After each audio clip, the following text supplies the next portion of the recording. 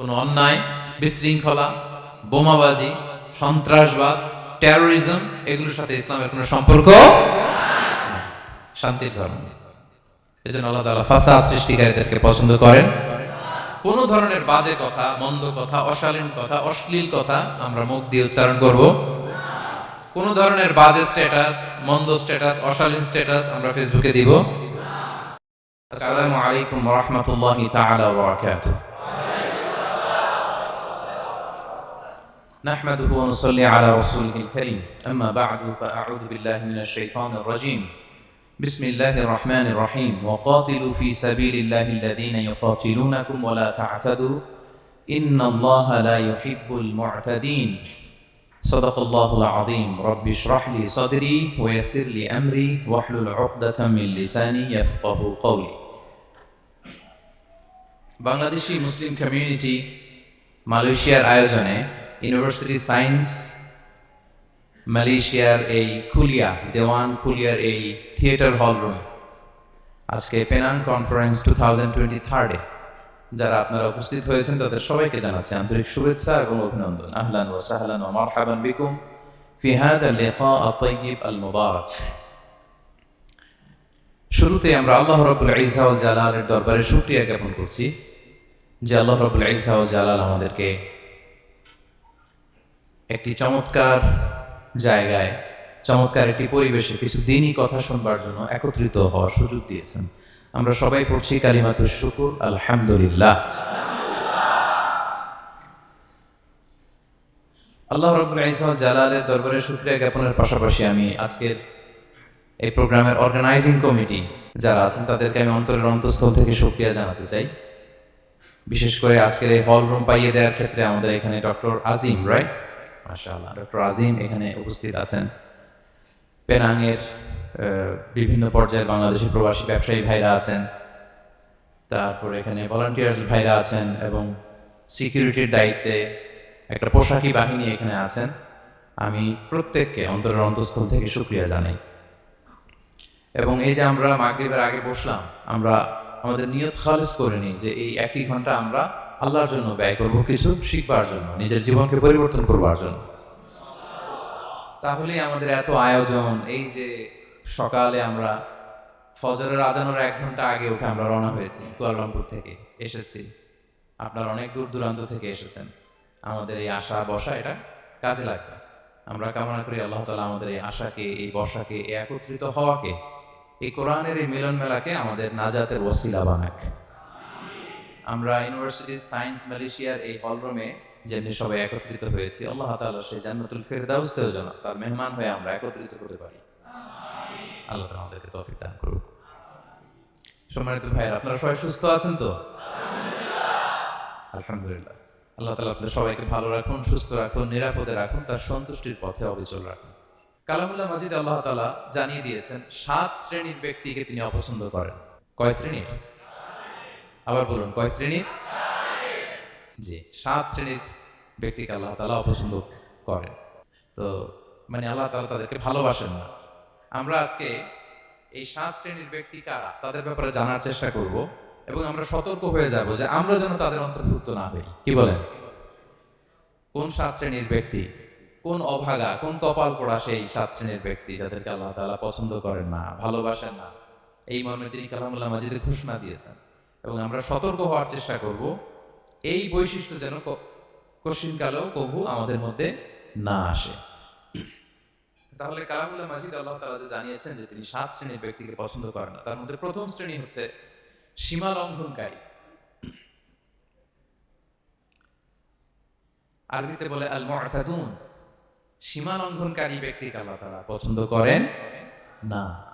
Limit cross করলে আল্লাহ তাআলা পছন্দ করেন না।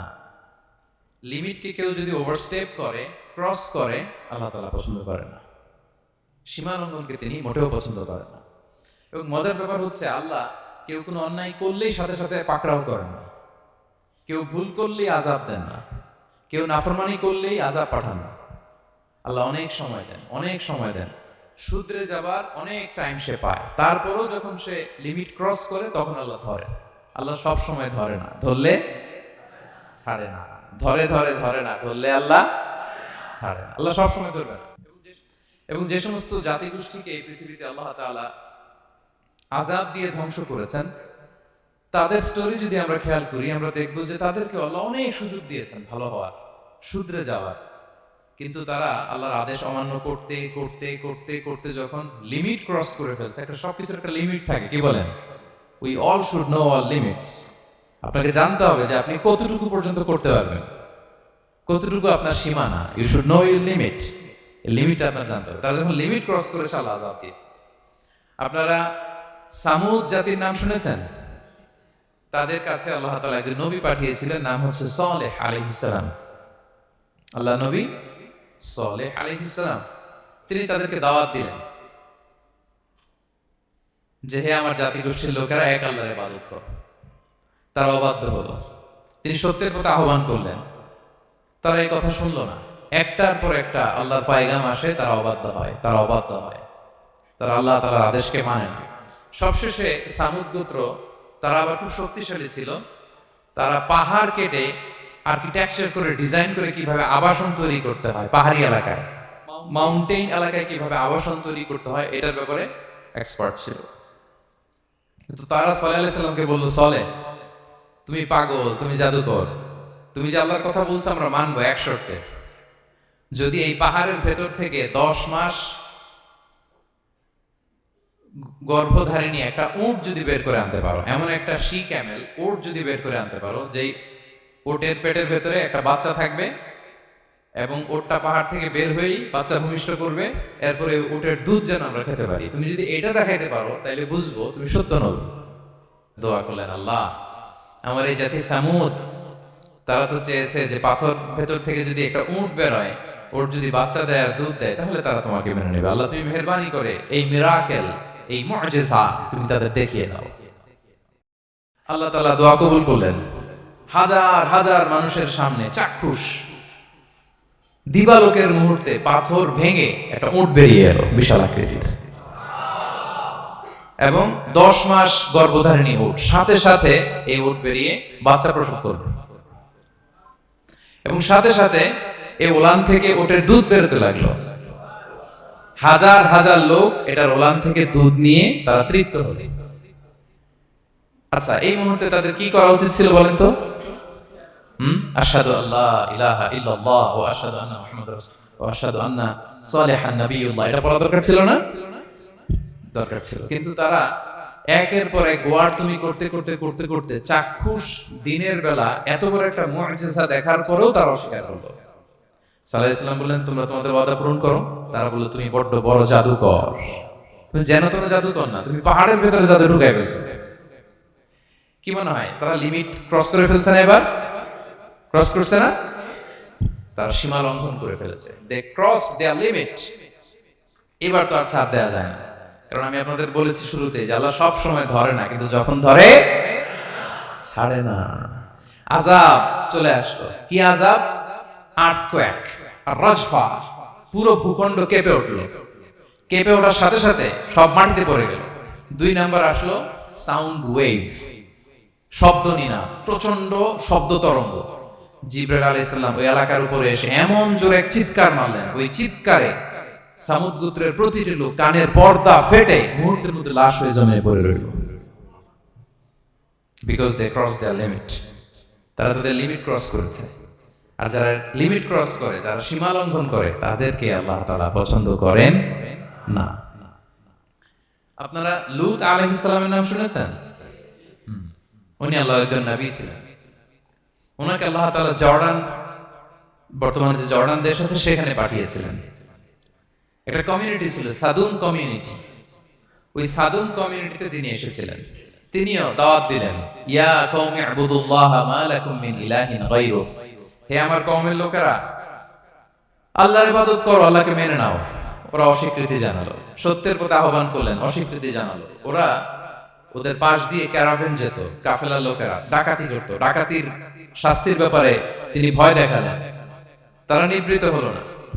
এমনকি তারা সমলিঙ্গের প্রতি যৌন আকর্ষণ বোধ করতো। নাউযুবিল্লাহ। হোমোসেক্সুয়ালিটি, এখন একটা গ্রুপ আছে দেখবেন যে রংধনু নিয়ে মিষ্টি মিষ্টি কথা শোনায় বিশ্বব্যাপী। তাদের সাইন হচ্ছে রংধনু, রেইনবো। তারা ছেলেতে ছেলেতে বিয়ে, মেয়েতে মেয়েতে বিয়ে, এটাকে প্রমোট করে। নাউযুবিল্লাহি মিন যালিক। আমাদের এই মুসলিম সমাজে যেন এই আবর্জনা প্রবেশ করতে না পারে, আমাদেরকে সচেতন থাকতে হবে, ঠিক কিনা? এই সাদুম কমিউনিটির একটা বদ অভ্যাস ছিল, তারা ছেলেতে ছেলেতে বিয়ে করত, পুরুষে পুরুষে। আল্লাহ নবী লূত আলাইহিস সালাম তাদেরকে বোঝালেন যে পৃথিবীতে কেউ এই পাপ কাজ করেনি। প্রাণীদের মধ্য থেকেও একটা পুরুষ প্রাণীর প্রতি আকৃষ্ট হয় না। তোমরা আশরাফুল মাখলুকাত হয়ে কিভাবে এই কাজ করো? তোমরা থামো। তিনি নানা ভাবে হৃদয় নিংড়ানো ভাষা দিয়ে দাওয়াত দিলেন, কিন্তু তারা মানল না। তারা এই পাপ কাজ করতেই লাগলো। আল্লাহ তাআলা ফেরেশতা পাঠিয়েছিলেন ওনার কাছে পুরুষের আকৃতিতে। তারা এই আল্লাহর পাঠানো ফেরেশতাদের সাথে এই অপকর্ম করার প্ল্যান করেছিল। তারা মনে করেছিল সাধারণ মানুষ, আসলে এগুলো ছিল কি? আল্লাহর ফেরেশতা। তো আল্লাহর ফেরেশতার সাথে যেহেতু এরকম পাপ কাজের চিন্তা করেছে, তার মানে দে ক্রস দেয়ার লিমিট। কি বলেন? সীমা লঙ্ঘন করে ফেলছে। আযাব, পানিশমেন্ট তাদের জন্য অবধারিত হয়েছে। আল্লাহ তাআলা শাস্তি দিলেন। কি শাস্তি দিলেন? সিম্পল। জিবরাইল আলাইহিস সালাম এসে পুরো শহরটাকে উল্টায় ফেলে দিলেন। আল জাযাউ মিন জিনসিল আমাল, যে যেরকম পাপ করে তার শাস্তি এরকম। ওরাও স্বাভাবিক মানুষের যে নেচার, এটার উল্টায় ফেলছে। কি বলেন? পুরুষ আকৃষ্ট হবে, সেক্সুয়াল অ্যাট্রাকশন ফিল করবে নারীর প্রতি, নারী পুরুষের প্রতি। এই যে নেচারকে উল্টাইছে না, আল্লাহকে তোদের শহরটারে উল্টাই দিলাম। জিবরাইল আলাইহিস সালাম এসে পুরো সাদুম শহরটাকে আকাশে উঠিয়ে একটা আছাড় মারলেন, আপসাইড ডাউন। উপরের অংশ চলে গেল নিচে, সব মাটির অতল গহ্বরে। ফাজআলনা আলিয়াহা সাফিলাহা ওয়া আমতারনা আলাইহিম মিন সিজারাতিন মিন সিজিলিন মানদুদ। আল্লাহ বলেন উপরের অংশ নিচে নিয়ে নিলাম, পুরো শহরটারে উল্টে দিলাম, আর পাথর বৃষ্টি বর্ষণ করলাম, সব শেষ। ওই জায়গাটা আজও আছে, ওইটা জর্ডান এবং ইসরায়েলের সীমান্তে। এটাকে এখন বলে মৃত সাগর, আল বাহরুল মাইয়িত আরবিতে, ইংরেজিতে বলে ডেড সি। কি সি? Dead sea. মৃত সাগর কেন? কারণ ওখানে কোনো প্রাণী জন্মায় না। ওই সাগরে কোনো মাছ নাই, কোনো ব্যাঙ নাই, এমনকি কোনো শ্যাওলাও নাই। গজবের জায়গা। লবণের density at least 10 times more than the natural sea. সাধারণ সাগরের পানিতেই তো কত লবণ, আমরা মুখে নিলে রাখতে পারি এত লবণ। ওইটার চেয়ে কমপক্ষে 10 গুণ বেশি লবণাক্ত। গজবের জায়গা, আযাবের জায়গা। এবং আযাব কেন এসেছে? দে ক্রস দেয়ার লিমিট, তারা সীমা লঙ্ঘন করেছে। আর ইন্নাল্লাহা লা ইউহিব্বুল মুতাদিন, আল্লাহ তাআলা সীমা লঙ্ঘনকারীকে পছন্দ করেন না। আরেকজন নবীর কথা বলে এই পয়েন্টটা শেষ করি। মুসা আলাইহিস সালাম, ফেরাউনের হেদায়েতের জন্য আল্লাহ তাআলা মুসা আলাইহিস সালামকে পাঠিয়েছিলেন। তিনি নানাভাবে তার ভাইকে নিয়ে দাওয়াত দিতে লাগলেন, কিন্তু ফেরাউন এই কথা মানে না। ফেরাউন বলে তুমি যে নবী, প্রমাণ কি? মুসা আলাইহিস সালাম বলেন দেখো এই যে আমার হাতে লাঠি। উনি এমন নবী ছিলেন, উনি লাঠি মাটিতে রেখে দিলে ওটা মুহূর্তে সাপ হয়ে যেত। তো মাটিতে তিনি লাঠি রাখলেন, এটা মুহূর্তে সাপ হয়ে গেল, যে এই যে আমি নবী। মানে না, বললেন আরো কিছু দেখা। তো মুসা আলাইহিস সালাম বগলের এখান থেকে হাত উঁচু করলে নূরের ঝলকানি হাতের মধ্যে দেখা যেত। উনি নূরের ঝলকানি দেখালেন, এরপরও মানে না। এরকম একটার পর একটা আল্লাহ নবী মুসা আলাইহিস সালাম মুআজিজা দেখাতে লাগলেন, কিন্তু ফেরাউন মানে না। শুধু মানে না এতটুকুই না, সবশেষে আল্লাহ নবী মুসা আলাইহিস সালামকে অ্যাসাসিনেশন, হত্যার পরিকল্পনা করলো তারা, যে বনি ইসরাইল মুসা এবং মুসার অনুসারী যারা আছে দুনিয়া থেকে সরাই দিতে হবে। ধরো মুসারে, ধরো মুসার অনুসারীদের ধরো। ধাওয়া পাল্টা ধাওয়া শুরু হলো। আল্লাহ নবী মুসা আলাইহিস সালাম বনি ইসরাইলকে নিয়ে বাঁচার জন্য ছুটলেন। ছুটতে সামনে লোহিত সাগর। দেখেন, একে তো আল্লাহর বিধান মানে নাই, এরপরে একটার পর একটা মুআজিজা আসলো, সেটাও মানে নাই। এখন নবীরে হত্যার জন্য ছুটছে। কি মনে হয় সীমা লঙ্ঘন হয়েছে? একটু হয়েছে না অনেক? আল্লাহু আকবার। আল্লাহ বলেন ফাআগরাকনাল আখারিন, আমি মুসা এবং বনি ইসরাইলকে বাঁচাই দিলাম, ফেরাউন সহ তার দলবলকে সাগরে ডুবায় মারলাম। শুধু ডুবাই মারে নাই, আল্লাহ বলে ফাল ইয়াউমা নুনাজ্জিকা বিবাদানিকা লিতাকুনা লিমান খালফাকা আয়া। ফেরাউনকে লোহিত সাগরে তো ডুবিয়েছেই। আল্লাহ বলেন ফেরাউন, তোর অনুসারী যারা পৃথিবীতে থাকবে, তোর চালা চামুন্ডা যারা থাকবে, তোর খালাতো ভাই চাচাতো ভাই যারা দুনিয়াতে বেঁচে থাকবে, তাদের জন্য তোর লাশটারে আমি শুটকি বানিয়ে রাখলাম। Up to the day of judgment, কিয়ামত পর্যন্ত ফেরাউনের লাশটা মিশরের জাতীয় জাদুঘরে ড্রাই বডি হিসেবে আছে। আমি নিজে দেখে এসেছি নিজ চোখে, মমিফাইং করে শুটকি বানায় রাখছে। এভাবে পৃথিবীতে যতগুলো জাতিগোষ্ঠীকে আল্লাহ তাআলা আযাব দিয়ে ধ্বংস করেছে, তার কারণ হচ্ছে সীমা লঙ্ঘন। তার কারণ কি? প্রিয় ভাইরা, আমরা যেন আমাদের লাইফস্টাইলের দিকে একটু খেয়াল করি যে এই সীমা লঙ্ঘনের কাতারে আমরা চলে আসলাম কিনা, আমরা চলে আসলাম কিনা আমাদেরকে খেয়াল রাখতে হবে। আল্লাহ তাআলা সীমা লঙ্ঘনকারীকে পছন্দ করেন না। ইন্নাল্লাহা লা ইউহিব্বুল মু'তাদিন, তিনি সীমা লঙ্ঘনকারীদেরকে পছন্দ করেন না। এমনকি রাসূলুল্লাহ সাল্লাল্লাহু আলাইহি ওয়াসাল্লামের বায়োগ্রাফি যদি আমরা খেয়াল করি, আমরা দেখব যে তিনি যখন যুদ্ধের জন্য অভিযান পরিচালনা করতেন, দল পাঠাতেন, সেনাবাহিনী পাঠাতেন, তখন তাদেরকে বলতেন, খবরদার যুদ্ধের ময়দানে সীমা লঙ্ঘন করো না, সীমা লঙ্ঘন করো না, খবরদার। যুদ্ধে যদি কেউ হেরে যায়, বন্দীদের সাথে খারাপ আচরণ করো না। ওরা হেরে গেছে বন্দী, আপনি চাইলে তার কান কেটে দিতে পারবেন? নাক কেটে দিতে পারবেন? আকৃতি বিকৃতি করতে পারবেন না। বিষ্ণু ইসলাম বলেন, খবরদার সীমা লঙ্ঘন করো না। যেখানে যুদ্ধে গিয়েছো ওই এলাকার শিশুদেরকে মেরো না, ওই এলাকার নারীদেরকে মেরো না, ওই এলাকার পাদ্রীদের গায়ে হাত তোলো না। সন্ন্যাসীতে যারা ইবাদত করে ওদের তো দোষ নাই, সিভিলিয়ান নাগরিক, তাদের গায়ে হাত তোলো না, খবরদার। গবাদি পশুর গায়ে হাত তুলবে না, এগ্রিকালচারাল প্রোডাক্ট জ্বালিয়ে দিও না। সুবহানাল্লাহি ওয়া বিহামদিহি, কি রহমতের নবী ছিলেন। সীমা লঙ্ঘন যেন না করে বিষ্ণু ইসলাম অভিযান প্রেরণের আগে তিনি স্পষ্ট বলেছেন, খবরদার কেউ সীমা লঙ্ঘন করবে না। যারা তোমাদের বিরুদ্ধে অস্ত্র তুলেনি তাদের বিরুদ্ধে অস্ত্র তোলা যাবে না, কারণ ইন্নাল্লাহা লা ইউহিব্বুল মু'তাদিন, আল্লাহ তাআলা সীমা লঙ্ঘনকে পছন্দ করেন না। প্রিয় ভাইরা, তাহলে যে 7 শ্রেণীর ব্যক্তিকে আল্লাহ তাআলা পছন্দ করেন না, তার প্রথমটা আমরা জেনে গেলাম, তারা কারা? সীমা লঙ্ঘনকারী। আমি কিন্তু প্রায় এরকম জিজ্ঞেস করবো এবং সব শেষে আপনাদেরকে নিয়ে রিভাইজ করবো। তাহলে 1 নম্বরে আমরা পেলাম তারা কারা। মেহেরবানি করে সবাই বলবেন একসাথে, তারা কারা? তারা সীমা লঙ্ঘনকারী, তারা তাদের লিমিট ক্রস করে, তাদেরকে আল্লাহ তাআলা পছন্দ করে না। সো আমরা আমাদের লাইফের সাথে একটু মিলিয়ে নিই যে আমরা আমাদের কোন ক্ষেত্রে সীমা লঙ্ঘন করি কিনা একটু খেয়াল করেন। আমার যে দায়িত্ব আছে আমি কি সীমা লঙ্ঘন করি কিনা? আমার স্ত্রী আমার দায়িত্বে, তার সাথে সীমা লঙ্ঘন করি কিনা? আমার ভাতিজা ভাতিজি অনেকের আছে ইয়াতিম, তার বাবা মারা গেছে, তার সব সম্পত্তির দায়ভার আমার উপর দেয়া, আমি ওইখানে তাকে ঠিকঠাক মতো সব দেই কিনা, সীমা লঙ্ঘন করি কিনা? হ্যাঁ, ক্ষমতা পেলে সীমা লঙ্ঘন করি কিনা? কি মনে হয় আমরা ক্ষমতা পেলে সীমা লঙ্ঘন করি কিনা? হ্যাঁ, করে করে হ্যাঁ, মানে যেখানে ডাক্তারের কাছে যাই বলে, ডাক্তার সাহেব আমার এইখানে ফোড়া, সারা দেহের যেই কোনো জায়গায় ধরতে পারেন, এইখানে ধরেন না, তো এইখানে না ধরলে ভালো হবে? ফোড়া যেখানে, ট্রিটমেন্ট তো ওইখানে দিতে হবে, কি বলেন? রোগ যেখানে ওষুধও। সীমা লঙ্ঘন, দায়িত্ব পেলে আমরা সীমা লঙ্ঘন করি। এমনকি আমরা যারা ইবাদত করি, অনেকে ইবাদতেও সীমা লঙ্ঘন করি। ইবাদতেও না, ভারসাম্য থাকতে হবে, পরিমিতি বোধ থাকতে হবে। এবং মজার ব্যাপার হচ্ছে আল্লাহ তাআলা দোয়া এবং জিকিরের ক্ষেত্রে এই কথাটা উল্লেখ করেছেন যে তোমরা দোয়া জিকিরের ক্ষেত্রে সীমা লঙ্ঘন করো না। আল্লাহ তাআলা বলেন, উদউ রাব্বাকুম তাদাররুআ ওয়া খুফিয়া ইন্নাহু লা ইউহিব্বুল মু'তাদিন। তোমরা আল্লাহকে ডাকো কেমন ভাবে? তাদাররুআ ওয়া খুফিয়া, সবিনয়ে গোপনে, সবিনয়ে ডাকো, চুপিসারে ডাকো, গোপনে গোপনে ডাকো, অল্প আওয়াজে ডাকো। কারণ কি? ইন্নাল্লাহা লা ইউহিব্বুল মু'তাদিন, আল্লাহ সীমা লঙ্ঘনকারীদেরকে পছন্দ করেন না। তাহলে আপনি যদি দোয়া করেন আল্লাহর কাছে, যখন জিকির করবেন বিনীতভাবে, চুপিসারে, সবিনয়ে, বিষ্ণু ইসলাম যেভাবে শিখিয়েছেন ওইভাবে জিকির করবেন। নাকি জিকির করতে করতে মানুষের কাঁধে উঠবে না? উঠবে না? ওঠে ওঠে, হ্যাঁ ওঠে। দেখেন আল্লাহ তাআলা যেইখানে 3 ফোঁটা দেওয়া দরকার 3 ফোঁটা দেয়, যেখানে 1 ফোঁটা ওইখানে 1 ফোঁটা দেয়। আল্লাহ তাআলা ইন্নাহু লা ইউহিব্বুল মু'তাদিন, আল্লাহ সীমা লঙ্ঘনকে পছন্দ করে না। এই কথাটা ঢুকাইছে কোথায়? দোয়া আর জিকিরের মধ্যে। কারণ আল্লাহ জানে আল্লাহর কিছু বান্দা থাকবে তারা দোয়া এবং জিকিরের সময় কি করবে? সীমা লঙ্ঘন করবে।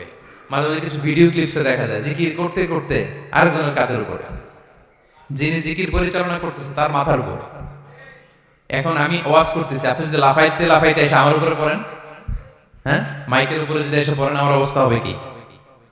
লাফাতে লাফাতে উপরে উঠে যায়, নিজে ইনজুর্ড হয়, পাশের শ্রোতাকে ইনজুর্ড করে, যিনি আলোচনা পরিচালনা করতেছে তাকে ইনজুর্ড করে।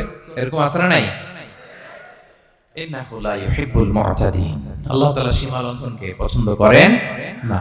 তাহলে আমাদের প্রত্যেকের উচিত আমাদের লিমিট জানা, আমরা যেন আমাদের কখনো লিমিটকে ক্রস না করি প্রিয় ভাইরা। এটা প্রতিটি ক্ষেত্রে, ইভেন ইবাদতে আমরা যেন সীমা লঙ্ঘন না করি। এই পয়েন্টটা মনে থাকবে আপনাদের? আচ্ছা, তাহলে 2 নম্বরে আমরা চলে যাই। 2 নম্বরে যে শ্রেণীকে আল্লাহ তাআলা পছন্দ করেন না তারা হচ্ছে জালিম বা অত্যাচারী। জালিম বা অত্যাচারী, যারা জুলুম করে তাদেরকে আল্লাহ তাআলা পছন্দ করেন না। আল্লাহ তাআলা বলেন, فأما الذين كفروا فأعذبهم عذابا شديدا في الدنيا والآخرة وما لهم من ناصرين। যারা দুনিয়াতে কুফরি করবে কঠিন শাস্তি দুনিয়াতেও আখিরাতেও। وأما الذين آمنوا وعملوا الصالحات فيوفيهم أجورهم। আর যারা ঈমান আনবে সৎকর্ম করবে তাদের প্রতিদান আমি আল্লাহ বুঝিয়ে দেব। والله لا يحب الظالمين। তবে জেনে রাখো আল্লাহ তাআলা জালিমিনদেরকে পছন্দ করেন। তাহলে 2 নম্বরে পাওয়া গেল কাদেরকে পছন্দ করে না? আপনি যদি কারো প্রতি জুলুম করেন তাহলে আপনি জালেম, সে হচ্ছে মাজলুম। সে কি? মাজলুম। মজলুম আপনার ক্ষমা না করলে আল্লাহ তাআলা আপনার ক্ষমা করবে না। মজলুম যদি ক্ষমা না করে আল্লাহ তাআলা কঠিন কালো আপনাকে ক্ষমা করবে না। এজন্য জুলুম যেন আমরা কখনো না করি প্রিয় ভাইরা। জুলুম শুধু আল্লাহ তাআলা আমাদের উপরই হারাম করেনি, আল্লাহ নিজের উপর হারাম করছে। জুলুম শুধু আমাদের জন্যই হারাম না, আল্লাহর জন্য হারাম। আল্লাহ তাআলা বলেন হাদিসে কুদসিতে, ইয়া ইবাদি, হে আমার বান্দারা, ইন্নী হারামতু যুলমা আলা নাফসি, আমি জুলুমকে আমি আল্লাহ নিজের উপর হারাম করেছি। ওয়া জাআলতুহু বাইনাকুম মুহাররামা, এবং এই জুলুমকে তোমাদের উপর হারাম করেছি। ফালা তাযালামু, তোমরা একে অপরের উপর জুলুম করো না। জুলুম শুধু আমাদের উপরই হারাম না, আল্লাহ নিজের উপর হারাম করেছেন। তাহলে জুলুমের সাথে কি মুমিনের কোনো সম্পর্ক থাকতে পারে? পারে না। এবং আল্লাহ তাআলা কখনো কোনো বান্দার উপর জুলুম করেন না। ওয়া আন্নাল্লাহা লাইসা বিযাল্লামিন লিল আবিদ, তিনি তার বান্দার উপর জুলুম করেন না। কোনোভাবেই যেন জুলুম না হয়ে যায়, এজন্য আল্লাহ তাআলা কিয়ামতের দিন মাওয়াজিনাল কিসত, ন্যায়ের মানদণ্ড তিনি প্রতিষ্ঠা করবেন, যাতে একটু ভুল না হয়ে যায়, জুলুম না হয়ে যায়। আমরা মাঝে মাঝে দোকান থেকে বস্তায় বস্তায় চাল নিয়ে আসি না, চাল দেখা যাবে যে 1 মণ চাল হয়তো সামান্য একটু কম হইতে পারে, সামান্য একটু বেশি হইতে পারে, এরকম হয় না? দেখবেন যে দিছে 10 কেজি, বাসায় এসে দেখবেন যে 10 কেজির চেয়ে একটু বেশি, একটু সামান্য বেশি কয়েক গ্রাম, অথবা 10 কেজির চেয়ে সামান্য কয়েক গ্রাম কম, এরকম হয়ে যায় না? মানুষ তো আমরা, কি বলেন? কিন্তু আল্লাহর নিক্তি পাল্লায়, মিজানের পাল্লায় এরকম হবে নাকি? হবে? হবে? আল্লাহ বলে না, মাওয়াজিনাল কিসত, ন্যায়ের মানদণ্ড সেটা। ফামাইয়া আমাল মিসকালা যাররাতিন খাইরান ইয়ারা, যাররা পরিমাণ ভালো করেছো তো সেটাও ওজন দেয়া যায় ওই পাল্লায়। সুবহানাল্লাহ পড়বেন না? ওমাইয়া আমাল মিসকালা যাররাতিন শাররান ইয়ারা, অনুপরিমাণ খারাপ করেছো সেটাও ওজন দেয়া যায়, কারণ ওয়া আন্নাল্লাহা লাইসা বিযাল্লামিন লিল আবিদ, তিনি বান্দার উপর জুলুম করেন না। তিনি এমন পাল্লা দিয়েছে যাতে জুলুম না হয়। আমাদেরটাই ভুল হয়ে যেতে পারে, ওনারটাতে ভুল হলে চলবে না, কেউ জিতে যাবে, ঠকে যাবে, কি বলেন? জাররা কাকে বলে? জাররা, জাররা মানে এত ছোট জিনিস, এত ক্ষুদ্র জিনিস যেটা খালি চোখে দেখা যায় না। বাংলাদেশের উদাহরণ দিলে বুঝতে পারবেন ভালো। বাংলাদেশের শীতের সিজনের কথা মনে আছে আপনাদের? না মালয়েশিয়া এসে সব খায় ফেলেছেন? হ্যাঁ, মালয়েশিয়া তো সারা বছর গরম, সারা বছর বৃষ্টি, শীত হয় না। তো বাংলাদেশের শীতের সিজনে টিনের ঘর যাদের থাকে, মনে আছে কিনা জানি না আপনাদের, ওই টিনের চালে যদি ছিদ্র থাকে, শীতের দিন টিনের চালে যদি ছিদ্র থাকে, তাহলে মাঝে মাঝে দেখবেন ওই চিকন ছিদ্রটা দিয়ে সূর্যের একটা আলো ঘরের ভিতরে ঢুকে। মনে পড়ে? টিনের চালে ছিদ্র, চিকন এই ছিদ্রটা দিয়ে সূর্যের একটা চিকন রশ্মি নিচে পড়ে। তো ওইটার কাছে গেলে দেখা যায় ওই আলোটার মধ্যে পাতলা কি কি যেন ধুলাবালি উঠতেছে। এটা অন্য জায়গায় দেখা যায়, এমনি দেখা যায় না, কিন্তু ওইটার কাছে গেলে দেখা যায় এই আলোটা যেই বরাবর আসছে, এইখানে কিছু ক্ষুদ্র ছোট ধূলিকণা, ডাস্ট ঘুরে বেড়ায়। আল্লাহ বলে এইটার নাম হচ্ছে যাররা। ফামান ইয়ামাল মিসকালা যাররাতিন খাইরান ইয়ারা, এই ডাস্ট উড়ে বেড়ানো ছোট্ট ধূলিকণা যেটা খালি চোখে দেখা যায় না, এতটুকু ভালো যদি করো সেটাও সেই মিজানের পাল্লায় ওজন দেয়া যায়। এতটুকু খারাপও যদি করো সেটাও সেই মিজানের পাল্লায় ওজন দেয়া যায়। আল্লাহু আকবার। তিনি তার বান্দার উপর জুলুম করেন না। জুলুম তিনি নিজের উপর হারাম করেছেন, আমাদের জন্য কি করেছেন? হারাম করেছেন। এবং বিষ্ণু ইসলাম আরো ভয়ঙ্কর কথা বলেছেন। তিনি বলেছেন, মান যালামা কিদা শিবরিন মিনাল আরদি তুবিকাহু মিন সাবঈ আরাদিন। কেউ যদি জুলুম করে তার ভাইয়ের 1 বিঘত পরিমাণ জমি খায়। 1 বিঘত চিনেন তো? এই যে আমার এই আঙ্গুল থেকে এই আঙ্গুলটা, এটা টান টান করলে যতটুকু জায়গা, এটা বলে 1 বিঘত। শিবর আরবিতে বলে শিবর। হ্যাঁ, মান যালামা কিদা শিবর। বিষ্ণু বলেন এই 1 শিবর, 1 বিঘত জমি যদি কেউ অন্যায়ভাবে জুলুম করে তার ভাইয়ের কাছ থেকে খায়, কিয়ামতের দিন তুবিকা আলাইহি সাবউ আরাদিন, এই 7 জমিনকে আল্লাহ তাআলা তার ঘাড়ে চাপাবে। খা এবার, খা। অন্যের জমি খাওয়ার এত শখ ছিল, এবার 7 জমিন ঘাড়ে কর। কিয়ামতের ময়দানে আপনার দেহটার বিশাল আকৃতির করা হবে, এই 7 জমিনকে আপনার কাঁধে তুলে দেওয়া হবে। এজন্য আমরা অন্যের রাইটস, অধিকার যেন নষ্ট না করি, কারো উপর যেন জুলুম না করি, কোনোভাবেই না। আমরা নানাভাবে এই জুলুমটা করি। আমরা প্রায় দাদার সম্পত্তি থেকে ফুফুদেরকে বঞ্চিত করি, বাবার সম্পদ থেকে বোনদেরকে বঞ্চিত করি। হ্যাঁ, নিজের ভাই আরেক ভাইকে, আপন ভাই ভাইকে বঞ্চিত করে, জুলুম করে। এরকম দৃশ্যপট আমাদের সমাজে আছে না নাই বলেন তো? কিয়ামতের দিন আল্লাহর সুপ্রিম কোর্টের কাঠগড়ায় হিসাব দিতে হবে। আর এই জালিমদেরকে আল্লাহ তাআলা পছন্দ করেন না। এবং সবচেয়ে ভয়ঙ্কর ব্যাপার হচ্ছে, আপনি যখন কারোর উপর জুলুম করেন, ওই মাজলুম আর আল্লাহর মাঝখানে কোনো ফারাক থাকে না। আল্লাহ ওই ফারাকের পর্দা উঠায় নাই। বিষ্ণুই বলেন, ইত্তাকি দাওয়াতাল মাজলুম, তোমরা মজলুমের বদদোয়াকে ভয় করো, খবরদার। কারণ ফাইন্না লাইসা বাইনাহা ওয়া বাইনাল্লাহি হিজাব, তার আর আল্লাহর মাঝে কোনো পর্দা থাকে না। দোয়া করলেই ওটা আরশে যেয়ে কবুল হয়ে যায়। আল্লাহ তাআলার চারিপাশে অনেক পর্দা আছে। কেউ কেউ বলে 70,000 নূরের পর্দা। এই 70,000টা সহিহ হাদিস দ্বারা সাব্যস্ত না, কিন্তু অসংখ্য অগণিত পর্দা, এবং পর্দাও এটা নূরের পর্দা। আচ্ছা বলেন তো, জানলা দিয়ে বাইরের আলো ঠেকাতে আমরা দেয়ালে জানালায় কি লাগাই? পর্দা লাগাই। পর্দাটা কিসের তৈরি? মোটা কাপড়ের, যাতে করে ওই আলো না আসে। কিন্তু আল্লাহর চারদিকে যে পর্দা, ওই পর্দাটা কিসের? নূরের আলো। ওনার পর্দায় আলো দিয়ে তৈরি। সুবহানাল্লাহ বললেন না? বিষ্ণু বলেন, ইত্তাকি দাওয়াতাল মাজলুম, মজলুমের বদদোয়াকে ভয় করো। ফাইন্না লাইসা বাইনাহা ওয়া বাইনাল্লাহি হিজাব, কেউ যখন মজলুম হয়ে কেঁদে বদদোয়া করে, তার আর আল্লাহর মাঝে ওই পর্দা থাকে না। বদদোয়া করছে, ডাইরেক্ট কবুল। খবরদার আমার পেনাঙ্গের ভাইয়েরা, আমরা যেন জালিম না হই। In it's any form, operation in it's any form, যেই কোনো ভাবে, যেই কোনো ক্ষেত্রে, যেই কোনো ধরনের হতে পারে জুলুম। কাউকে আপনি ছোট্ট কোনো কাজে ঠকালেন, বন্টন নীতিতে ঠকালেন, হ্যাঁ, জমি মেরে দিয়ে ঠকালেন, আমানত মেরে দিয়ে ঠকালেন, ইন ইটস এনি ফর্ম যদি জুলুম করে থাকেন, খবরদার। মজলুমের কান্না কখনো বৃথা যায় না। মজলুমের কান্না কখনো বৃথা যায় না। জীবনের কোনো না কোনো সময়ে এর প্রায়শ্চিত্ত আপনাকে করতে হবে। জীবনের কোনো না কোনো সময় এর প্রায়শ্চিত্ত করে আপনাকে মরতে হবে। তাহলে কোন বিশ্বাসী কি জালিম হতে পারে? কারণ ইন্নাল্লাহা লা ইউহিব্বুল যালিমিন, আল্লাহ তাআলা জালিমদেরকে পছন্দ করেন না। তাহলে জুলুমের সাথে আমাদের কোনো সম্পর্ক আছে? হ্যাঁ, কোনো সম্পর্ক আছে। তাহলে 2 শ্রেণীর ব্যক্তির কথা আমরা জানলাম যাদেরকে আল্লাহ পছন্দ করেন না। 1 নাম্বার, প্রথমটা কি ছিল? সীমা লঙ্ঘনকারী, লিমিট যে ক্রস করে, ইন্নাল্লাহা লা ইউহিব্বুল মুআতাদিন। 2 নাম্বার কি জানলাম?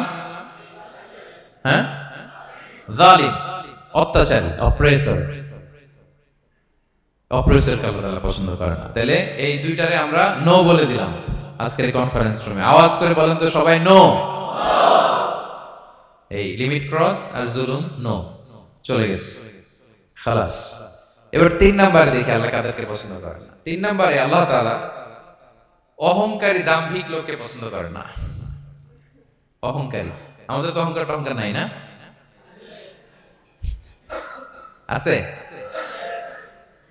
অহংকার আছে? কিসের অহংকার বলেন? টাকার, আর ক্ষমতার, আর সৌন্দর্যের, আর হ্যাঁ পাওয়ার। সোশ্যাল পাওয়ার, এই যে অহংকার, অহংকারের খাঁচা থেকে মুক্ত রাখো আমাদেরকে তুমি প্রভু হে, পড়েন আমিন। এটা একটা ভয়ঙ্কর খাঁচা। আচ্ছা, অহংকার করার আমাদের আছে কি বলেন তো? কিছুই নাই। আল্লাহ বলে ওয়া খুলিকাল ইনসানু দাঈফা, তোমাদেরকে আমি দুর্বল করে তৈরি করছি। আমরা দুর্বল, শুধু দুর্বল না, দুর্বলের ঘরের দুর্বল। আমার বাপ ছিল দুর্বল, আমার দাদা ছিল দুর্বল, আমরা 14 গোষ্ঠী কি? হাল আতা আলাল ইনসানি হিনুম মিনাদ দাহরি লাম ইয়াকুন শাইআন মাযকুরা। আল্লাহ বলেন একটা সময় ছিল উল্লেখ করার মতো তোমার কিছুই ছিল না। আজকে তো এত লম্বা চড়া মানুষ, আমরা কিছুই ছিলাম না। আমার বর্তমানে বয়স চলে 36, 37। তা আজ থেকে 37 বছর আগে আমি কি ছিলাম? আমার অস্তিত্বই ছিল না, আমার কোনো নাম ছিল না, আমার কোনো গ্রাম ছিল না, আমার কোনো অ্যাড্রেস ছিল না, আমার কোনো পরিচিত ছিল না। আজ থেকে আরো 37 বছর পরে একটু খেয়াল করেন তো, এখন তো 37, আরো 37 ধরেন বাঁচলাম, এরপরে আমি হীন দুনিয়া, দুনিয়া থাকবে কিন্তু আমি নাই। আজকে কার জন্য আটকে আছে দুনিয়ার কাজ বলেন তো? আপনার দাদার জন্য, আপনার নানার জন্য? তো আপনাকে লাগে কেন? আপনাকে লাগে? লাগে না তো আমাকে। আমি হীন দুনিয়া, একদিন কিছুই ছিলাম না। আল্লাহ বলেন হাল আতা আলাল ইনসানি হিনুম মিনাদ দাহরি লাম ইয়াকুন শাইআন মাযকুরা। তুমি কিছু ছিলা, একটা সময় কিছুই ছিলা না, উল্লেখ করার মতো তুমি কিছুই ছিলা না। অস্তিত্বহীনের জগৎ থেকে তোমাকে আমি অস্তিত্ব আনলাম। তোমার বাবার পৃষ্ঠদেশ থেকে, তোমার মায়ের গর্ভাশয়ে আমি তোমাকে ফেললাম। সেখানে আমি আল্লাহ তোমাকে একটু একটু করে তিলে তিলে বড় করলাম। 9 মাস 10 মাস পরে মায়ের পেট থেকে দুনিয়াতে তুমি আসলে। দেখেন তো দুনিয়ায় আসার পরে আমাদের অবস্থাটা কি? কাপড় নাই, চোপড় নাই, এভাবে চলে আসছি। আসার পরে কেউ যদি মুখে খাবার তুলে দেয় তাইলে খেতে পারি, হ্যাঁ? তাও লিকুইড খাবার, এদিক দিয়ে দিলে এদিক দিয়ে পড়ে যায়, খালি মুছতে হয়। মেহমান একজন এসে আদর করে কোলে নিচে পেশাব করে দিছি ভরাইয়া, আছে না নাই? হয়েছে না, হয়েছে না এরকম? আদর করে একটা কোলে নিছেন, এখন না ডায়াপার আসছে মিয়া। আজ থেকে 10 বছর আগে এগুলো ছিল নাকি? প্যাম্পাস ডায়াপার ছিল, এই কাঁথা টাতা নিয়ে কোলে নেওয়া লাগতো, তারপরে দিছে ওদিক দিয়ে জামাটা ভিজে শেষ। ইভেন রাসূল সাল্লাল্লাহু আলাইহি ওয়াসাল্লামের কোলে এরকম বাচ্চারা পেশাব করে দিছে, এরকম হাদিস আছে। আদর করে মায়েরা বাবারা আসলেই তো তার বাচ্চাকে রাসূল সাল্লাল্লাহু আলাইহি ওয়াসাল্লাম কোলে দিতেন, পেশাব করে দিতেন। তো কার কোলে উঠছে এটাও জানি না, পেশাব করে ভরাই দিচ্ছে। পেশাব পায়খানা করে শয়লাভ। লিকুইড দিলে খেতে পারি, শক্ত কিছু খেতে পারি না। এই তো আমি, এই তো আমার ক্ষমতা। একজন যে বললেন ক্ষমতার অহংকার, এই তো ক্ষমতার তো এতটুকু। এরপরে যখন জোয়ান হয়েছে, এখন তো জোয়ান, এখানে একটা ভূমিকম্প হইলে কি অবস্থা হবে বলেন তো জোয়ানদের? হ্যাঁ, কাঁপতে কাঁপতে সব শেষ। একটা ভূমিকম্প, একটা তুফান হলে ওটার বিরুদ্ধে দাঁড়াতে পারি না। একটা তুফান, রাস্তায় টায়ার পাংচার হলে লাফ দিয়ে উঠি। ক্ষমতা আমার, আমার নাকি ক্ষমতার অহংকার? কি দুর্বল আমরা, হ্যাঁ? কুকুর আমাদেরকে কামড় দিলে আমরা কুকুরের কামড় দিতে পারি না, ঠিক কিনা? মশা যে কামড়া, এটা ধরতে না পারলে কিছু করতে পারি? কামড় মেরা দিছে দৌড়। বল্লা পোকা এটা যদি কামড় দিয়ে দৌড় দিয়ে কিছু করতে পারেন? তো কিসের কিসের ক্ষমতা আপনার? এরপর আবার যদি 70-80 বছর হায়াত পাই, আবার আগের মতো যেখানে বসি ওইখানেই ডাইরেক্ট, আছে না নাই? বয়স যখন 80 হয়ে যায় আর থাকে শরীরের কন্ট্রোল, আবার যেখানে বসে ওইখানেই পেশাব পায়খানা। খাবার দিলে খাইতে পারি, পিঠটা বাঁকা হয়ে কুজু হয়ে গেছে, এর নাকি আবার অহংকার?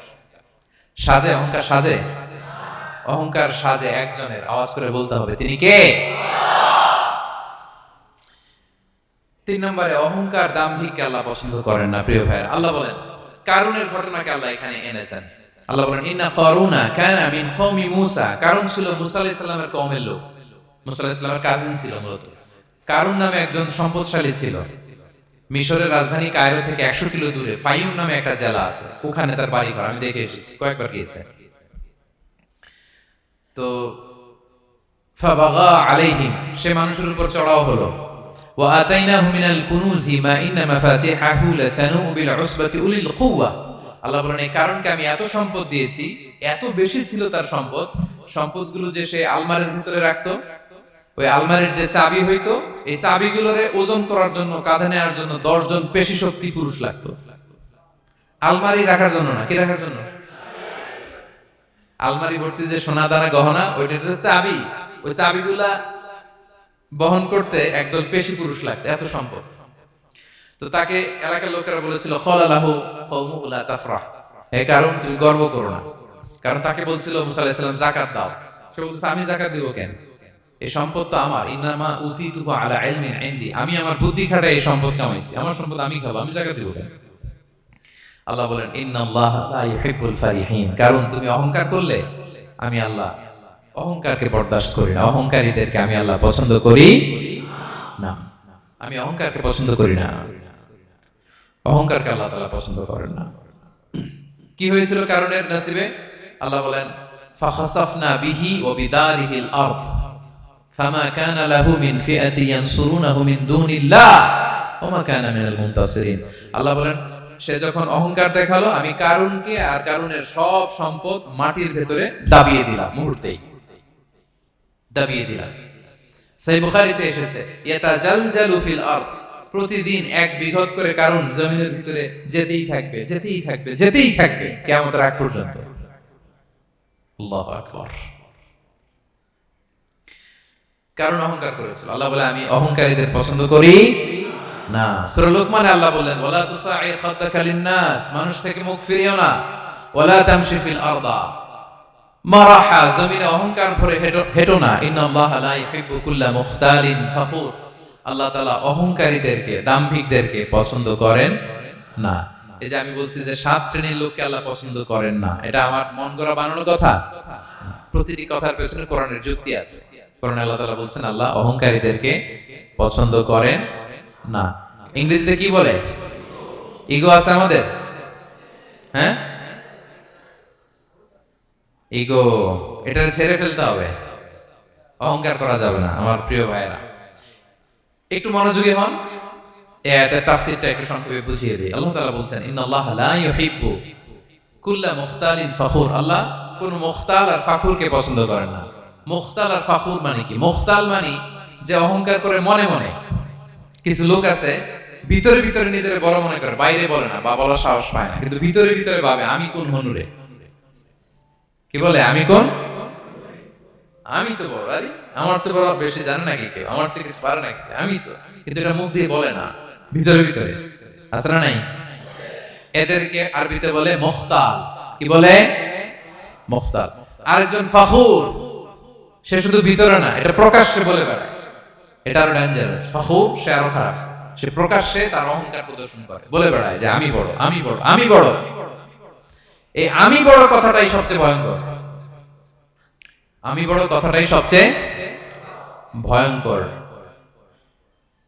নিজে যাকে বড় বলে বড় সে, লোকে যাকে বড় বলে বড় সে হয়। আমার প্রিয় প্যারাঙ্গের ভাইয়েরা, নিজেকে বড় মনে করা এটা শয়তানের স্বভাব। কার স্বভাব? বিনয়ী হওয়া এটা নবীদের স্বভাব। আল্লাহ তাআলা ফেরেশতাদেরকে বলেছিলেন উসজুদু লি আদম, তোমরা আদমকে সিজদা দাও। ফাসাজাদাল মালায়েকা কুল্লুহুম, সবাই সিজদা দিল ইল্লা ইবলিস, কে ছাড়া? ইবলিস ছাড়া। সে নিজেকে বড় মনে করেছে, শয়তান। কিভাবে? সে লজিক খাটাইলো আল্লাহর সাথে। সে লজিক দিয়ে আল্লাহর বলে আল্লাহ ক্বালা আনা খায়রুম মিনহু, আল্লাহ আমি কেন সিজদা দেব, আমি তো আদমের চেয়ে শ্রেষ্ঠ, আমি বড়। আল্লাহ বলতেছে তুমি বড়, কেমনে বড়? শয়তান বলে খালাকতানি মিন নার, আপনি আমারে বানাইছেন কি দিয়ে? আগুন দিয়ে। ওয়া খালাকতাহু মিন তিন, আর আদমকে বানিয়েছেন মাটি দিয়ে। কি দিয়ে? মাটি দিয়ে। আগুনের ধর্ম দাউ দাউ করে উপরের দিকে কি করে? ওঠে, আর মাটি ঢিলা রেখে দিলে নিচে পড়ে যায়। তো সে যুক্তি দিয়ে বলতেছে আল্লাহ ঊর্ধ্বগামী কোন জিনিস তো নিম্নগামী কোন জিনিসের কাছে মাথা নোয়াতে পারে? যুক্তি, মনে রাখবেন যুক্তি সব জায়গায় খাটে। আপনার অফিসের যে বস, মালয়েশিয়ান ভাষায় বসরে কি বলেন আপনারা? ওকে, তোকে, এই আপনার তোকের সামনে যে আপনি লজিক খাটাইলে হবে? বস যেটা বলে ওইটাই ফাইনাল। তো আল্লাহ তাআলা আদেশ করেছিলেন সিজদা করা, সে সিজদা করলেই ভালো করতো, কিন্তু সে যুক্তি দিল আল্লাহ আমি শ্রেষ্ঠ, তাকে বানাইছেন মাটি দিয়ে, আমারে বানাইছেন আগুন দিয়ে, আমি কেন মাথা নত, আমি বড়। এই আমি বড় বলার সাথে সাথে দৃশ্যপট পাল্টাই গেল। আল্লাহ বলে বের হ, ফাখরুজ, বের হ, তুমি অভিশপ্ত, তুমি লানত-প্রাপ্ত, তোমার স্থান হবে জাহান্নাম। তুমি নিজেকে বড় মনে করেছো, তাইলে বড় মনে করা এটা শয়তানের স্বভাব। কার স্বভাব? তা আমরা নিজেকে বড় মনে করব কখনো? আরো জোরে বলেন, করব? বিষ্ণু ইসা ইসলাম নিজে নিজে ছোট থাকতে চাইতেন। তিনি দোয়ায় বলতেন, আল্লাহুম্মা জাআলনি ফি আইনি সাগীরা ওয়া ফি আ'ইউনিন নাসি কাবীরা। আল্লাহ, আমার চোখে আপনি আমারে ছোট বানান, আল্লাহ মানুষের চোখে আপনি আমারে বড় বানান। বিশ্বনবী নিজের চোখে নিজে ছোট থাকতেন, কিন্তু গোটা বিশ্বের মানুষের চোখে বড় হয়েছেন না? কত বড়! রাফা'না লাকা যিকরাক। আল্লাহ বলে, আমি যেখানে অতটুকু পর্যন্ত উঠাইছি আপনারে। কোন নবীর নিচে উপরে? কথা বলেন, কোন নবীকে শেষ পর্যন্ত উঠাইছে? সুবহানাল্লাহ। নবী হে, আমি যদ্দূর আপনার উঠাইছে তদ্দূর, ওই পর্যন্ত নিয়ে গেছে সাক্ষাতের জন্য। সুবহানাল্লাহ। প্রত্যেক নামাজে বিশ্বনবীর উপর দুরূদ আছে না নাই? কিয়ামত পর্যন্ত বিশ্বনবীর প্রতি ভালোবাসা আমাদের পক্ষ থেকে আছে না নাই? আছে। আল্লাহ তাআলা ওনাকে বড় করেছেন। এজন্য নিজের চোখে আমরা নিজে ছোট থাকবো। আপনি যদি বড় হন, এটা মানুষ বলবে। কে বলবে? নাকি আপনিই বলবেন? বলা যাবে না। এবং বিষ্ণু ইসলাম কিছু টেকনিক আমাদের শিখিয়েছেন, কিছু টেকনিক আমাদের জানিয়েছেন। এই কাজ করলে তোমরা অহংকার থেকে মুক্ত থাকতে পারবে। এর মধ্যে একটা হচ্ছে আগে আগে সালাম দেওয়া। তিনি বলেন, আল বাদিউ বিসসালামি বারিউম মিনাল কিবর, যে আগে আগে সালাম দেয় তার হৃদয় থেকে আল্লাহ অহংকার তুলে নেয়। আগে সালাম দিয়ে পারবেন? ফোন করলে আগে কি বলবেন? বাসায় ঢুকেই আগে কি বলবেন? স্ত্রীকে আগে সালাম দিবেন, বন্ধুকে আগে সালাম দিবেন, বাসার কাজের লোকটাকে আগে সালাম দিবেন, আপনার ড্রাইভারকে আগে সালাম দিবেন, বাসার দারোয়ানটারে আগে সালাম দিবেন। ফকির একটা আসলে আপনি সালাম দিয়ে ফেলবেন। পারবেন?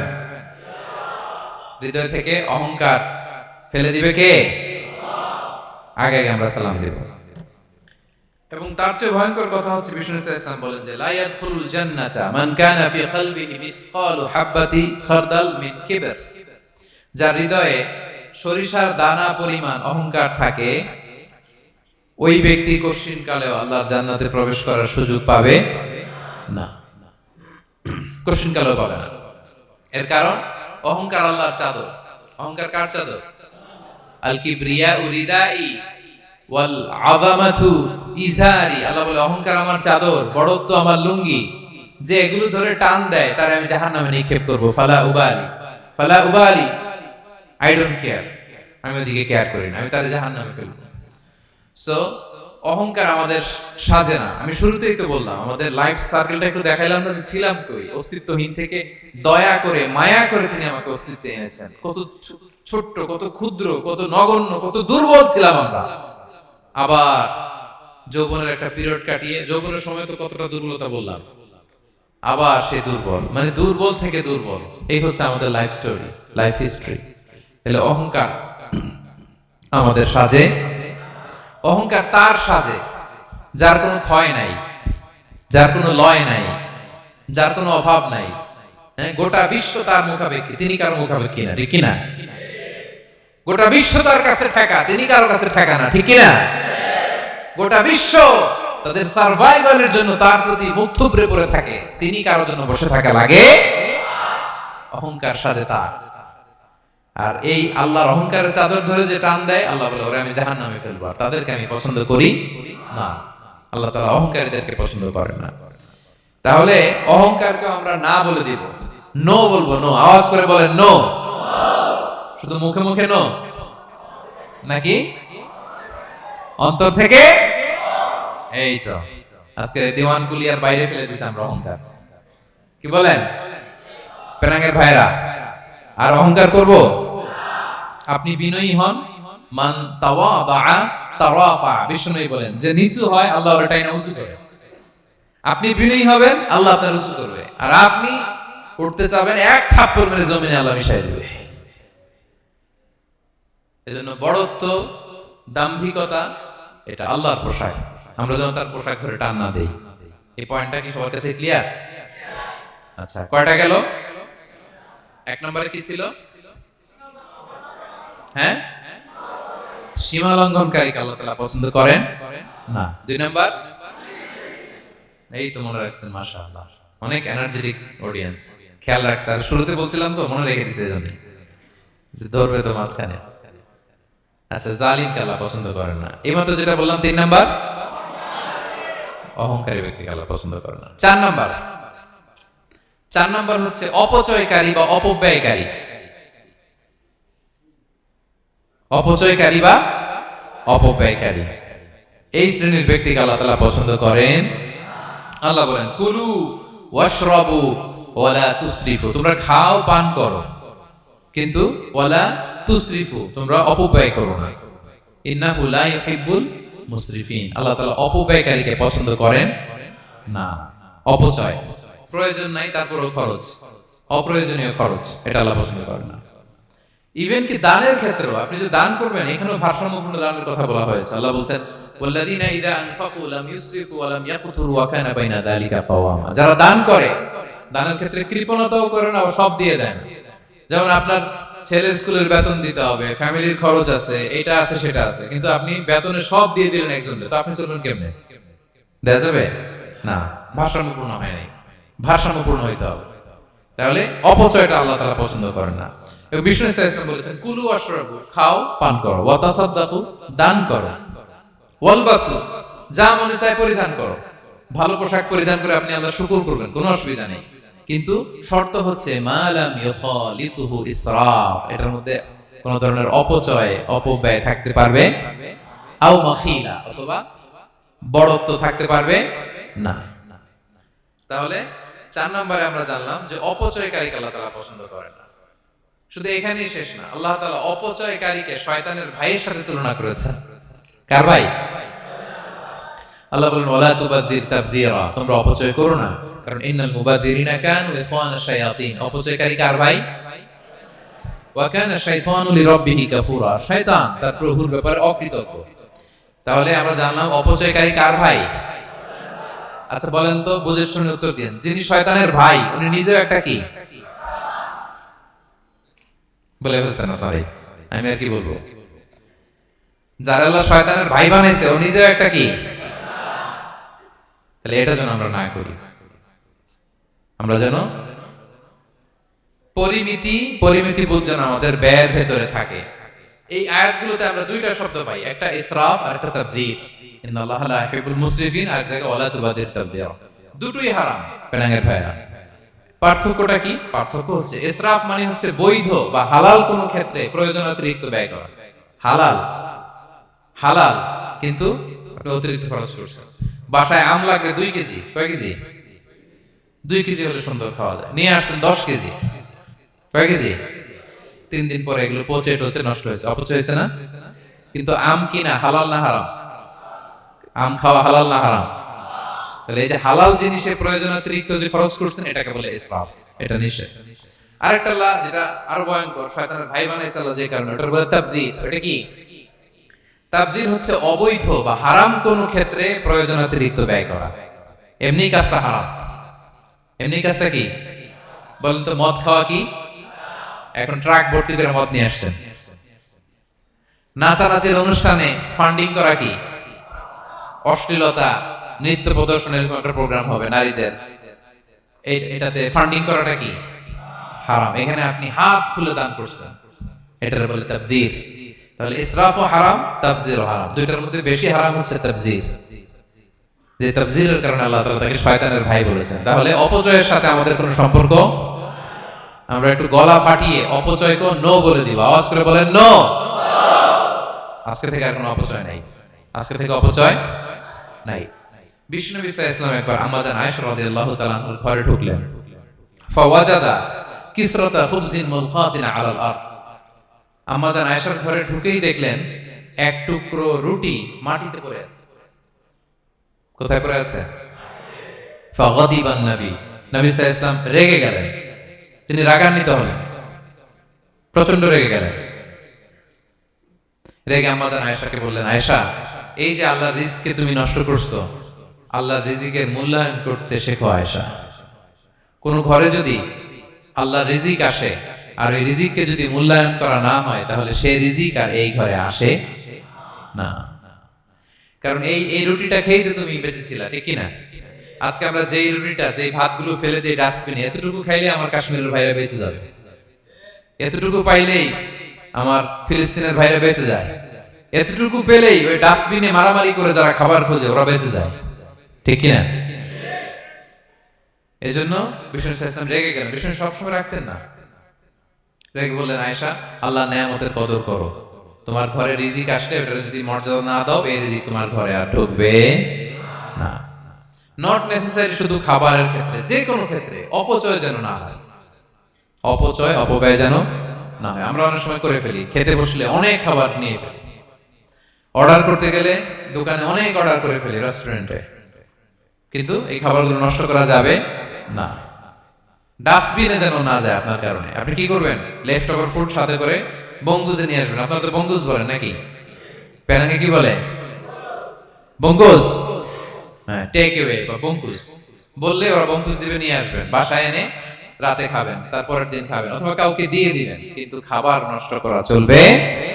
কারণ ইন্নাল্লাহা লা ইউহিব্বুল মুসরিফিন, আল্লাহ তাআলা অপচয়কারীকে পছন্দ করেন। কথাটা কি বুঝতে পেরেছেন সবাই? আচ্ছা, কয়টা গেল?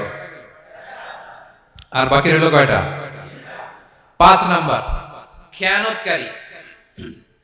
আমানতের খেয়ানত যে করে, বা বিশ্বাসঘাতক, আমানতের খেয়ানত যে করে। অনেক লম্বা কথা, আমি যেহেতু সময় কম শেষ করে দিচ্ছি। ইন্নাল্লাহা লা ইউহিব্বুল খাইনিন, আল্লাহ তাআলা খেয়ানতকারীকে পছন্দ করেন, বিশ্বাসঘাতকতা যে করে। আল্লাহর কথা বাদ দেন, আমাদের সমাজে বলেন, কেউ যদি বিশ্বাসঘাতকতা করে আমরা পছন্দ করব? করব না, তাকে কেউ পছন্দ করে না। ইন্নাল্লাহা লা ইউহিব্বু মান কানা খাওয়ানান আসীমা, পাপী খেয়ানতকারীকে আল্লাহ পছন্দ করেন না। এবং মুনাফিকের আলামত রাসূল সাল্লাল্লাহু আলাইহি ওয়াসাল্লাম বলেছেন, কি দেখে মুনাফিক চিনবা? তিনি বলেছেন 3 জিনিস দেখে মুনাফিক চিনবা। 1, ইযা হাদাসা কাযাবা, মুনাফিক কথা বললে মিথ্যা বলে। কথা বললে কি করে? ওয়া ইযা ওয়া'আদা আখলাফা, ওয়াদা করলে খেলাফ করে। 3 নম্বরে ওয়া ইযা আতুমিনা খানা, মুনাফিকের কাছে আমানত রাখলে খেয়ানত করে। আমানতের খেয়ানত, এটা মুনাফিকের আলামত। শুধু মুনাফিকের আলামতই না, এটা কিয়ামতের একটা আলামত। আল্লাহ বলেন, ইন্নাল্লাহা ইয়া'মুরুকুম আন তুআদ্দুল আমানাতি ইলা আহলিহা, আল্লাহ তাআলা আদেশ করেছেন আমানতের যে হকদার তার হাতে তার আমানত পৌঁছে দাও। আদেশটা কার? সবাই বলুন, আদেশ কার? আল্লাহর। আমানতের খেয়ানত এটা মুনাফিকের আলামত এবং কিয়ামতের আলামত। এক বেদুইন এসে রাসূল সাল্লাল্লাহু আলাইহি ওয়াসাল্লামকে বলল, ইয়া রাসূলুল্লাহ, মাতা সাআ, কিয়ামত কবে হবে? কি কবে হবে? কিয়ামত কবে হবে? রাসূল সাল্লাল্লাহু আলাইহি ওয়াসাল্লাম বললেন, ইযা দুইয়াতিল আমানাতু ফান্তাযিরিস সাআ, যখন আমানতের খেয়ানত শুরু হবে সমাজে, তখনই কিয়ামত হবে। সে বলল, ইয়া রাসূলুল্লাহ, কাইফা ইদাআতুহা, আমানতের খেয়ানত আবার কেমনে হয়? সহজ সরল মানুষ, আমানতের খেয়ানত হয় কেমনে? বিষ্ণু বলেন, ইদা উসিদাল আমরু ইলা গায়রি আহলিহি ফান্তাযিরিস সাআ, যে লোক যেই কাজের যোগ্য নয় তাকে যখন সেই কাজে বসিয়ে দেয়া হবে, তখনই কিয়ামত হয়ে যাবে। এখন এটা আছে না নাই সমাজে? বলেন। হ্যাঁ, যে যেই কাজের যোগ্য না সেই কাজ সে পায় না। সবাই বলেন তো, যে যেই চেয়ারে বসার যোগ্যতা রাখে না, ওই চেয়ারে সে বসে কি বসে না? নেতা হওয়ার যোগ্যতা নাই, নেতা হয়ে গেছে। পদের যোগ্যতা নাই, পদ পেয়ে গেছে। চাকরির যোগ্যতা নাই, ওই যে উপর থেকে ফোন আসছে, ফোনের ঠেলায় চাকরি হয়ে গেছে। দেশেরও 12টা বেজে গেছে। এইভাবেই আমানতের খেয়ানত হয়। প্রিয় ভাইরা, আমানত ব্যাপারটা অনেক বড়। অনেকে মনে করে, আপনারা কি বোরিং হয়ে যাচ্ছেন? আর অল্প, আর ম্যাক্সিমাম 10 মিনিটস। প্রিয় ভাইরা, আমানত এই ব্যাপারটা অনেক বড়। অনেকে মনে করে, একজন আমার কাছে একটা মোবাইল রেখে গেছে, বলছে ভাই এই মোবাইলটা আগামী সপ্তাহে এসে নিয়ে যাবে। তো অনেকে মনে এইটাই শুধু আমানত, অনেক ভালো। বা 10,000 রিঙ্গিট রেখে বললো 3 দিন পরে এসে আমি টাকাটা তোমার কাছ থেকে নিব। তো আপনি দিয়ে দিলেন, এটা তো আমানতদার হলেনই। কিন্তু শুধু এতটুকু আমানত নয় প্রিয় ভাইরা আমার। আল্লাহ তাআলা আমাদেরকে যা দান করেছেন তার সবই আমানত, সবকিছুই আমানত। এই যে আমাকে আল্লাহ জ্ঞান দিয়েছেন, এই জ্ঞানটা আমানত। যাদেরকে আল্লাহ পরিচিতি দিয়েছেন, পরিচিতি এটা আমানত। আমার অর্থ, আমার সন্তান, আমার ক্ষমতা, আল্লাহর দেয়া প্রতিটি নিয়ামতই আমানত। এবং এই আমানতের ব্যাপারে আল্লাহ তাআলা জিজ্ঞেস করবেন। আপনি একটা প্রতিষ্ঠানের প্রধান, এই প্রতিষ্ঠান আপনার কাছে আমানত। আপনি মসজিদের সভাপতি, এই মসজিদ আপনার কাছে আমানত। আপনি চেয়ারম্যান, এই ইউনিয়ন পরিষদ আপনার কাছে আমানত। কি বলেন? আপনি MP, member of the parliament, এই নির্বাচনী এলাকাটা আপনার কাছে আমানত। আপনি রাষ্ট্রপ্রধান, পুরো রাষ্ট্রের প্রতিটি ইঞ্চি আপনার কাছে কি? এই আমানতের খেয়ানত যখন হবে, বিষ্ণু বললেন তখনই কিয়ামতের অপেক্ষা করো, ফান্তাযির সাআহ, কিয়ামত হয়ে যাবে। তাহলে খেয়ানতকারীকে আল্লাহ তাআলা পছন্দ করেন না, আমানতের খেয়ানতকে পছন্দ করেন। আর আমানত এটা ব্যাপক বিষয়। আমার জ্ঞান, আমার ক্ষমতা, আমার পরিচিতি, আমার সন্তান, আমার স্ত্রী, সবকিছু আমানত। এবং এগুলোর ব্যাপারে আল্লাহ তাআলা আমাদেরকে জিজ্ঞেস করবেন। কয়টা গেল? তাহলে খেয়ানতকে আমরা নো বলে দিব। আওয়াজ করে বলেন নো। একটার সাথে আমাদের সম্পর্ক নেই। 6 নম্বরে হচ্ছে ফাসাদ সৃষ্টিকারী, বিশৃঙ্খলা সৃষ্টিকারী। সমাজে যারা বিশৃঙ্খলা সৃষ্টি করে তাদেরকে আল্লাহ পছন্দ করেন না। আল্লাহ বলেন ইন্নাল্লাহা লা ইউহিব্বুল মুফসিদিন। আল্লাহ তাআলা ফাসাদ সৃষ্টিকারীদেরকে কখনো পছন্দ করেন না। সমাজে নানাভাবে, সামাজিকভাবে ফাসাদ, রাজনৈতিকভাবে ফাসাদ, অর্থনৈতিকভাবে ফাসাদ, এই যত ফাসাদ বিশৃঙ্খলা আছে এগুলোর হোতা যারা, তাদেরকে আল্লাহ পছন্দ করে না। নানাভাবে দেখবেন যে সমাজে অনেকে ফাসাদ সৃষ্টি করে। আমাদের বাংলাদেশে কিছুদিন আগে কাঁচামরিচের দাম বেড়ে গেছে না? কেমনে বাড়লো? নিশ্চয়ই কেউ সিন্ডিকেট করছে, নিশ্চয়ই কেউ মজুদদারি করছে, নিশ্চয়ই এখানে কেউ ফাসাদ তৈরি করছে, ঠিক কিনা? প্রতিটি সেক্টরে আপনি খুঁজে দেখবেন ফাসাদ, হ্যাঁ, মারামারি, বিশৃঙ্খলা, ফাসাদ। এই কিছুদিন আগে এক নির্বাচনের প্রার্থীকে ধরে পিটাইছে, সবাই দেখলাম আমরা, তাই না? এটা ফাসাদ হয়েছে না? বিশৃঙ্খলা হয়েছে না? এই আপনি যদি ধরে ধরে বলেন পরিবারে, সমাজে, রাষ্ট্রে, অর্থনীতিতে, বাজারে, প্রতিটি জায়গায় ফাসাদ আছে না নাই? আল্লাহ তাআলা বলেন ইন্নাল্লাহা লা ইউহিব্বুল মুফসিদিন। এই ফাসাদ সৃষ্টিকারীকে আল্লাহ তাআলা পছন্দ করে না। মদিনাতে এই যে টিকিটের দাম, সুন্দর কথা বলছেন, টিকিটের দাম বাড়ায় যারা দেয়, সেম গোস টু দেম, তাদের একই কথা, ফাসাদ সৃষ্টিকারী আর মুফসিদুন। এই যে আমাদের হাজিদের এত টাকা লাগে কেন? 50,000 টাকার টিকিট হয়ে গেছে কয় লাখ? 2 লাখ, 1 লাখ। হজে যারা গেছে 1,95,000 টাকা করে পড়ছে একজনের টিকিট। কিয়ামতের দিন আল্লাহ সুপ্রিম কোর্টের কাঠ গড়ায় তোমাকে দাঁড়াতে হবে, পাই টু পাই সেদিন হিসেব নিয়ে আল্লাহ তাআলা ছাড়বেন, ঠিক কিনা? সেদিন হবে আসল খেলা। এখন তো আমরা মাইক পেলেই বলি খেলা হবে, কিন্তু আসল খেলা কবে? লক্ষ লক্ষ কোটি মানুষের সামনে আল্লাহ তাআলা আপনার এই কোমর ফাঁস করে দিবেন। আল্লাহ তাআলা আপনাকে অপমানিত করে ছাড়বেন। তাই কোনো ফাসাদের সাথে, বিশৃঙ্খলার সাথে মুমিনের কোনো সম্পর্ক থাকতে পারে না। মদিনায় মুনাফিকেরা এই ফাসাদ তৈরি করত। যখন তাদেরকে বলা হতো তোমরা ফাসাদ করো কেন, ওয়া ইযা কিলা লাহুম লা তুফসিদু ফিল আরদ ক্বালু ইন্নামা নাহনু মুসলিহুন। তারা বলে আরে ফাসাদ কে, আমরাই তো ভালো মানুষ, আমরাই তো ভালো মানুষ, আমরাই তো ভালো কাজ করি। আল্লাহ বলে না, আলা ইন্নাহুম হুমুল মুফসিদুন ওয়ালাকিন লা ইয়াশউরুন। ওরাই ফাসাদ সৃষ্টিকারী, ওরাই ফাসাদ সৃষ্টিকারী, ওরাই সমাজে বিশৃঙ্খলা সৃষ্টিকারী। ওদের ভেতরে এক, বাইরে আরেক, তার নাম মুনাফিক, ঠিক কি না?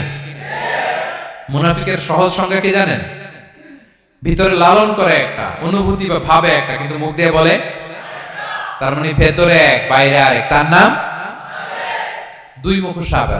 এদিকে যায় বলে আপনার লগে আছে, আপনি খুব ভালো, ওদিকে যায় বলে আরে না না উনি কি, উনি তো খুব খারাপ মানুষ, আপনি অনেক সবচেয়ে ভালো, আমি আপনার সাথে আছি। এরকম ডাকাইত আছে না নাই? দুমুখ সাপ, ডাবল স্ট্যান্ডার্ড, নেহি এদার নেহি ওদার, দরমিয়ান মে সদর বদর, ডানেও না বায়েও না, মাঝখানে সদর বদর। বুঝেন? দুই নৌকার মধ্যে দুই পা দিছিলেন কখনো?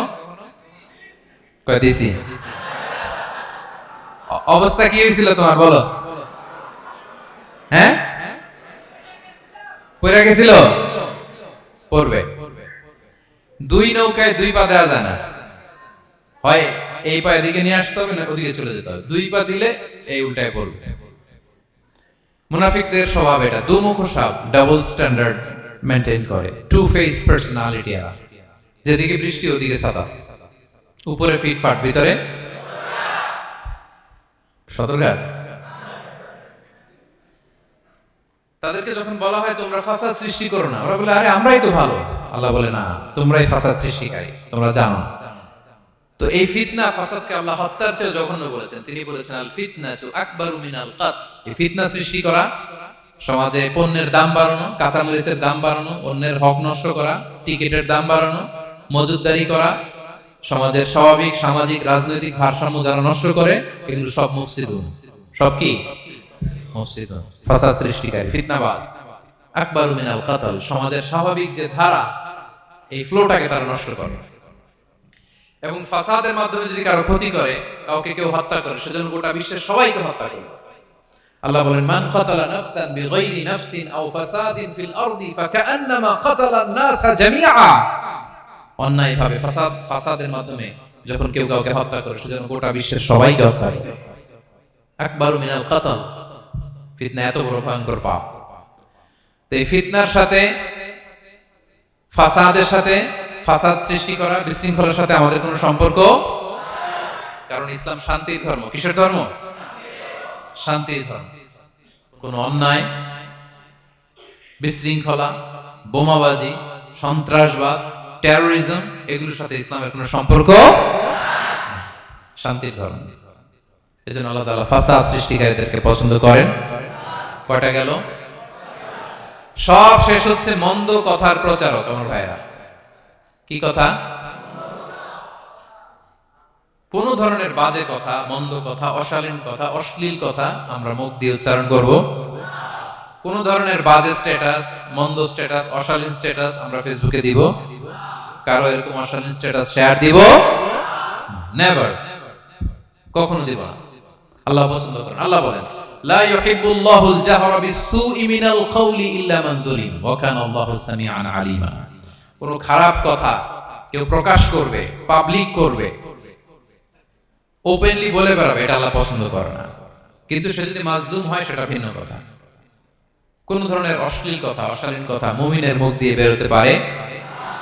রাসূল সাল্লাল্লাহু আলাইহি ওয়াসাল্লামের ব্যাপারে দেখেন, আনাস রাদিয়াল্লাহু কি বলেন? তিনি বলেন লাম ইয়াকুনি নবী সাল্লাল্লাহু আলাইহি ওয়াসাল্লাম সাব্বাবান। বিষ্ণু সাল্লাল্লাহু আলাইহি ওয়াসাল্লাম মুখ দিয়ে কোনোদিন কাউরে বকা দেয় নাই, গালি দেয় নাই। ওয়ালা ফাহাশান, আমার নবী কখনো তার জবান মোবারক দিয়ে অশালীন কথা বলেন নাই। ওয়ালা লাআনান, কাউকে লানত তিনি করেন নাই।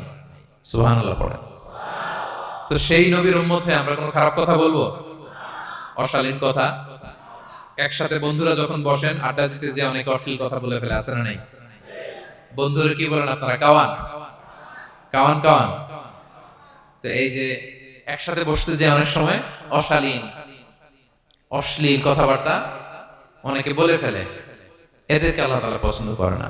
এই জাতীয় কথা যেন আমাদের মুখ দিয়ে কখনো বের না হয়। এবং অশ্লীলতার প্রচার যারা সমাজে ঘটায়, আল্লাহ বলে তাদেরকে দুনিয়াতেও আমি লাঞ্ছিত করব, শাস্তি দেব, আখিরাতেও দেব। আল্লাহ তাআলা বলছেন ইন্নাল্লাযীনা ইউহিব্বুনা আন তাশিআল ফাহিশাতু ফিল্লাযীনা আমানু লাহুম আযাবুন আলীম ফিদ দুনিয়া ওয়াল আখিরাহ। যারা চায় মুমিনদের মাঝে অশ্লীলতা ছড়িয়ে পড়ুক, তাদেরকে দুনিয়া আখিরাতে আমি লাঞ্ছিত করে ছাড়ব। দুনিয়ায় লাঞ্ছিত, আখিরাতেও লাঞ্ছিত। দুনিয়াতেও আযাব, আখিরাতেও। এজন্য অশ্লীলতার সাথে আমাদের কোনো সম্পর্ক নাই। আমরা কোনো অশ্লীল কথা যেন আমরা না বলি। এখন অশ্লীলতার সয়লাভ, নাটকের নামে, সিনেমার নামে, বিনোদনের নামে, আছে না নাই?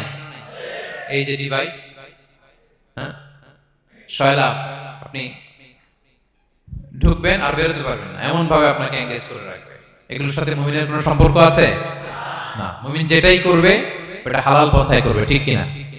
তাই কোনো অশ্লীলতাকে আমরা শেয়ার দিব না। সোশ্যাল মিডিয়ায় কোনো অশ্লীল ভিডিও দেখবো না, শেয়ারও দিব না। কোনো অশ্লীল নাটক, সিনেমা এগুলো আমরা দেখবো না। দিনকে দিন এটা এমন ভাবে গ্রাস করতেছে, আমাদের সমাজটাকে শেষ করে ফেলতেছে এক এক নামে। পত্রপত্রিকা আমরা দেখি এখন নতুন কি আসছে, ওটিটি প্ল্যাটফর্ম। এরপরে কি আসছে, ওয়েব সিরিজ, আছে না নাই? গত কিছুদিন আগে আমি সোশ্যাল মিডিয়ায় দেখলাম বিভিন্ন জনে স্ট্যাটাস দিচ্ছে তৈ তৈ তৈ তৈ তৈ, বয়াম পাখি কই। তো আমি ভাবছি হয়তো কোনো বিখ্যাত কবির কবিতা শেয়ার দিচ্ছে। আমি পরে সার্চ দিয়ে দেখি সর্বনাশ, একটা ইন্টারভিউ দেখলাম একজন, এটা নাকি কোন একটা ওয়েব সিরিজ বা মুভি এই জাতীয় কিছু একটা। তো দেখেন, কবিতার নামে, গানের নামে, সাহিত্যের নামে, সংস্কৃতির নামে, এন্টারটেইনমেন্টের নামে, বিনোদনের নামে এই অশ্লীলতার ফয়লাভ, ঠিক কিনা? এই অশ্লীলতার সাথে আমাদের কোনো সম্পর্ক আছে? আমরা যেন মুখ দিয়ে উচ্চারণ না করি এগুলো, ঠিক কিনা? বিষ্ণু বলেন, ইন্নাল আবদা লা ইয়াতাকাল্লামু বিল কালিমাতি মা ইয়াতাবায়ানু ফিহা ইয়াজিল্লু বিহা ইলান নার আবআদা মিম্মা বাইনাল মাশরিক ওয়াল মাগরিব। বান্দা অনেক সময় মুখ দিয়ে এমন কথা মুখ ফসকে বলে ফেলে, এটা যে কত ভয়ঙ্কর, এটা যে তার জাহান্নামে নিক্ষেপ করবে সে কল্পনাও করতে পারে না। আপনার একটা কথা থেকে আপনি জাহান্নামের অধিবাসী হতে পারেন। এই জন্য সোশ্যাল মিডিয়া ব্যবহারের ক্ষেত্রে আমরা সাবধান। যে কোনো ধরনের গুজব, মিথ্যা কথা, হক্স নিউজ, অশ্লীলতা, স্ক্যান্ডাল, এগুলোর সাথে আমাদের কোনো সম্পর্ক নাই। আমরা সব সময় যেন শালীনতার মধ্যে থাকি, সত্যের পক্ষে থাকি। কথা বুঝতে পেরেছেন? তাহলে কয় শ্রেণীর ব্যক্তিকে আল্লাহ পছন্দ করেন না? 1 নম্বরে সীমা লঙ্ঘনকারী, 2 নম্বরে জালিম, 3 নম্বরে অহংকারী, 4 নাম্বার অপচয়কারী, 5 নাম্বার খেয়ানতকারী, আমানতের খেয়ানত, 6 নাম্বার ফাসাদ সৃষ্টিকারী, 7 নাম্বার মন্দ কথা, অশ্লীল কথার যে প্রচার করে। এগুলো যারা করে এদের সাথে আমাদের কোনো সম্পর্ক, এই 7 শ্রেণীর লোককে আল্লাহ তাআলা অপছন্দ করেন। এগুলো কি আমাদের জীবনে থাকবে? এগুলো আমরা কি শুধু হল রুম থেকে বের করে দিব না পুরো জীবন থেকে? পারা যাবে? পারা যাবে? আওয়াজ করে পড়ুন ইনশাআল্লাহ। পেনাঙ্গের ভাইরা, আল্লাহ তাআলা আমাদের সবাইকে কথাগুলো বোঝার ও আমল করার তৌফিক দান করুন। এই আলোচনা যেন আমাদের নাজাতের ওসিলা হয়। আমরা এখানে যেমনি বসলাম, আবারও যেন কোনো তাফসীরুল কোরআনের ময়দানে বসতে পারি। আল্লাহ তৌফিক দান করুন। হাদা মা ইনদি ওয়াল ইলমু ইনদাল্লাহ আলাইহি তাওয়াক্কালতু ওয়া ইলাইহি উনীব। ওয়াসসালামু আলাইকুম।